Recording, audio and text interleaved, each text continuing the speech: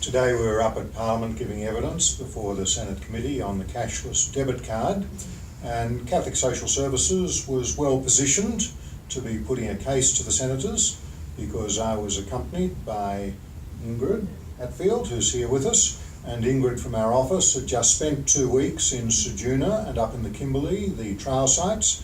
We were there with Liz Tashastel, and also on the line was Dr. Jen Cleary, the CEO of Centacare Country South Australia, therefore having responsibility for Ceduna.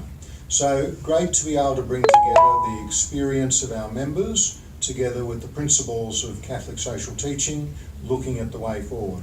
So Ingrid, for yourself, you've just been in Ceduna, you've been up in the Kimberley. How was it up there at Parliament House today? Yeah, goodness, a long way from those communities, but it was fantastic to be able to bring the experience of people on the ground and to represent that to Parliament. I was privileged to speak particularly with people who are receiving income support payments and are affected by this policy, and to reflect their views to Parliament. So what was your key message to the senators? We found in talking to people on the ground that there were very mixed views about the effectiveness of the card, but overall people said it had made their life more difficult, and they didn't think that the underlying issues of drug and alcohol abuse had really been addressed.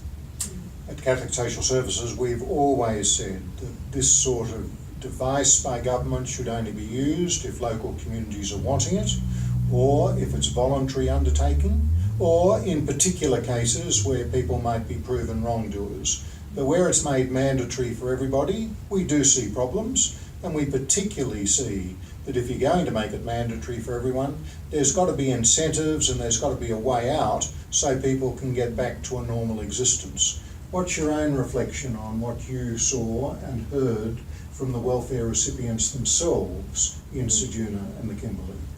Yeah, many were very frustrated at the disruption of this card, the change, and that they didn't have a chance to be consulted beforehand. They said that the card had made their lives more difficult and were annoyed that it seemed to paint everybody with the same brush.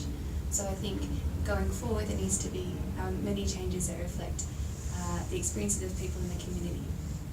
So we commend to you Ingrid's paper, which was tabled with the Senate and is now available online, and we hope you can see that this is Catholic Social Services at its best, where we're in touch with the people we serve, where those of you who are the members, even in remote and rural areas, have your voice, and we're able to take that voice up to the National Parliament. Thanks, Ingrid, for all you've done. Thank you.